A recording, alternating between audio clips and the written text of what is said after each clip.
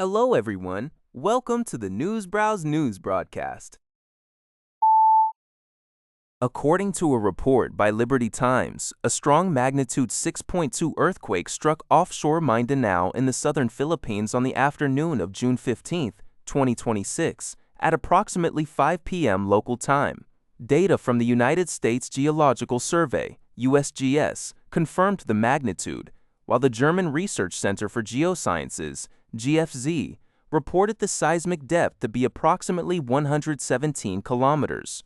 This earthquake comes just 1 week after a devastating magnitude 7.8 earthquake hit the offshore region of Mindanao on June 8. That previous disaster claimed more than 30 lives, injured over 100 people, and left tens of thousands of residents homeless, with ongoing rescue and relief operations still active in the area. Local authorities and seismologists are currently investigating whether today's magnitude 6.2 earthquake is an aftershock of the major June 8 quake, and are monitoring the region for any newly reported casualties or infrastructural damage.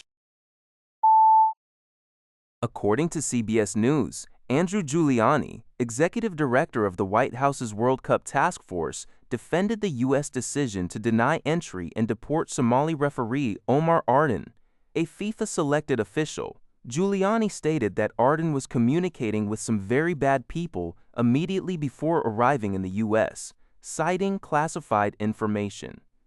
Artan, who completed all paperwork and underwent FIFA's 3-year vetting process, was recently selected by UEFA to referee the European Super Cup final.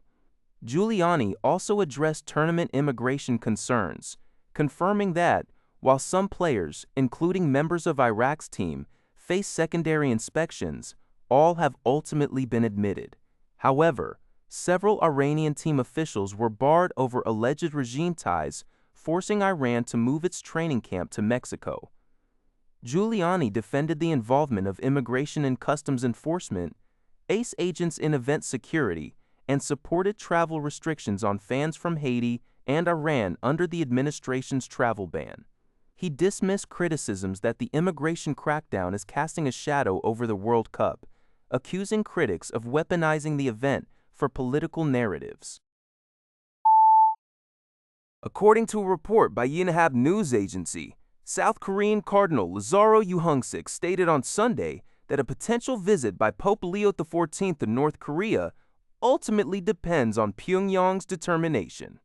Speaking to reporters in Rome after celebrating a special mass attended by South Korean President Lee Jae-myung, the cardinal emphasized that it is up to North Korea to invite the Pope and establish the necessary conditions for such a visit. Cardinal Yu noted that Pope Leo XIV, who is American by birth, is highly willing to play an active role in promoting peace on the Korean peninsula. Furthermore, a papal visit could help mobilize Catholic support in the United States, potentially paving the way for the Vatican to facilitate improved relations between North Korea and the U.S. This development comes as Seoul continues to seek the Vatican's diplomatic support to ease geopolitical tensions on the peninsula, building on previous efforts under the late Pope Francis, who had also repeatedly expressed his willingness to visit the North. According to Antara, Indonesia has officially regained access to the European Union's aquaculture market after being reinstated in the EU's authorized exporter list. The Marine Affairs and Fisheries Ministry, KKP, announced that the breakthrough was achieved through Commission implementing Regulation EU 2026/Dilo Esto Dilo, issued on June 4, 2026. This positive development follows intensive negotiations and proactive diplomatic efforts led by the ministry to defend the interests of Indonesian aquaculture businesses, who had expressed deep concern over their previous exclusion from the EU market. The KKP highlighted that the EU represents Indonesia's 5th largest export destination for fishery products. Main commodities include shrimp, milkfish, and catfish, with growing opportunities to export tilapia. Indonesian officials credited collaborative diplomacy involving embassies and trade ministries for securing the market access restoration, which is expected to provide significant relief and economic opportunities for local fish farmers.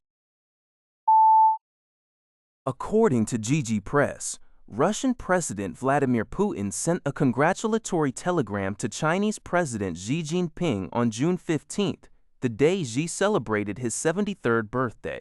In the telegram, Putin praised the achievements made under Xi's leadership, stating that China has made impressive progress in its economic and social development.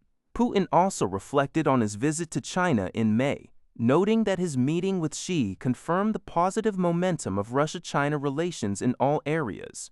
He emphasized that both nations will surely continue their constructive dialogue and close joint cooperation moving forward. That's all for this video. Thank you for watching. See you in the next video.